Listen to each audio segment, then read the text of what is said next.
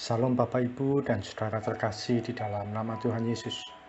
Dimanapun Anda berada dan dimanapun Anda bisa mendengar rekaman ini, kita bertemu dalam program Saat Teduh Pagi Hari untuk edisi hari ini.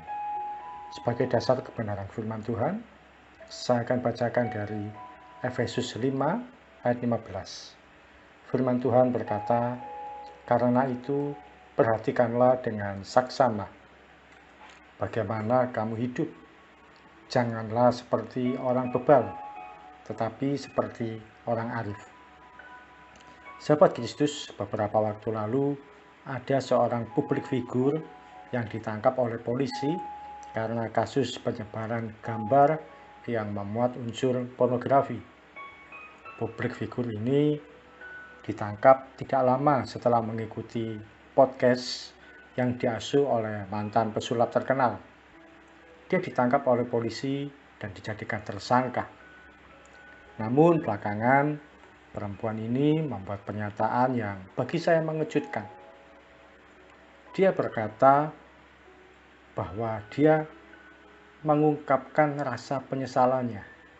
Namun penyesalan itu ternyata bukan karena melakukan tindakan penyebaran konten pornografi.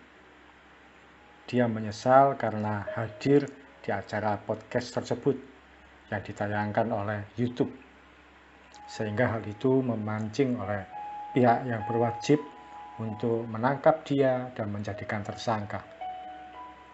Hal ini sama saja seperti orang yang makan rujak, tapi rujak ini terlalu pedas, kemudian berakibat dia sakit perut.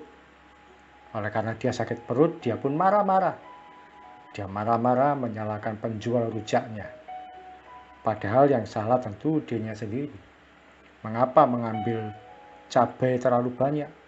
Mengapa memutuskan untuk mengambil sambal yang berlebihan sehingga membuat dia menjadi sakit perut? Bukan menyalahkan penjual rujaknya, tapi seharusnya mengoreksi dirinya sendiri. Firman Tuhan hari ini mengajarkan supaya jangan kita hidup seperti orang bebal. Orang bebal itu telinganya tebal dan hatinya kebal. Diberi masukan apapun tidak akan mempan. Disampaikan nasihat firman Tuhan sekeras apapun, dia akan tetap bertahan. Orang bebal merasa dirinya benar, merasa tidak perlu masukan dari siapapun, merasa tidak ada yang salah dengan apa yang dia lakukan. Belakangan ini ada lagu yang populer di kalangan anak-anak muda yang berkata, "Kalau lo ngomongin gue bodoh amat." Kata-kata bodoh amat menjadi kata yang populer di kalangan anak muda yang menggambarkan situasi kehidupan yang bebas, liar, dan cenderung memberontak. Namun firman Tuhan juga menasihatkan supaya kita hidup seperti orang arif. Kata arif sinonim atau sepadan dengan kata bijak. Orang arif selalu berjalan dalam pertimbangan yang matang, tidak merasa dirinya sendiri benar. Hidupnya berkaca pada kebenaran firman Tuhan, bukan pada kebenaran diri sendiri. Orang yang arif, dia tetap bisa salah, bisa jatuh, dan bisa keliru dalam melangkah. Namun ketika dia mendapatkan teguran firman Tuhan, dia akan menyesal, berbalik, dan mohon pengampunan pada Tuhan. Hari ini, mari kita belajar untuk menjadi pribadi yang bersedia menerima masukan, menerima teguran, dan tidak menolak nasihat. Penyesalan kita bukan karena menerima hukuman atau mengalami konsekuensi dari perbuatan kita, tapi biarlah penyesalan kita benar-benar menyesal karena pernah jatuh dalam dosa, karena pernah terjebak dalam kesalahan, dan keliru dalam bertindak atau ceroboh dalam mengambil keputusan. Dan orang yang mengakui diri di dalam penyesalannya pada Tuhan, dia datang pada Tuhan dengan segenap kerendahan hati, maka Tuhan adalah setia dan adil. Dia akan mengampuni dan menyucikan kita dari segala kejahatan. Mari kita datang pada Tuhan. Tuhan Yesus, terima kasih untuk firman-Mu yang boleh kami terima. pagi hari ini. Kami mengucap syukur boleh mengalami teguran Tuhan. Kami mengucap syukur masih diberi kesempatan menerima nasihat firman Tuhan. Ampuni kami Tuhan kalau seringkali kami ini jadi seperti orang bebal.